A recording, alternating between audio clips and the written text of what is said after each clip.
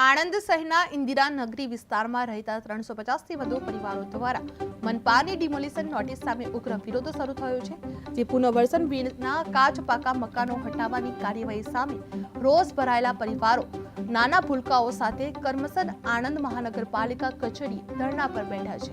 પરિવારોનું સ્પષ્ટ કહેવું છે કે જ્યાં સુધી તેમની માંગણીઓ લેખિતમાં સ્વીકારવામાં નહીં આવે ત્યાં સુધી તેઓ મહાનગરપાલિકા કચેરીમાં બેસી રહેશે અને જરૂર પડશે તો આંદોલનને વધુ ઉગ્ર બનાવશે. જે ઇન્દિરાનગરીના 350 પરિવારનો ઉગ્ર વિરોધ જોવા મળ્યો છે. પુનર્વસન વિના ડિમોલેશનનો વિરોધ થયો તે જોવા મળ્યો છે. નાના બાળકો સાથે મનપા કચેરી આ ધરણા કરેલા છે. મહાનગરપાલિકાને બાનમાં લીધા બાદ પરિવારો માંગણીઓ ન માની તો આંદોલન ઉગ્ર બનશે.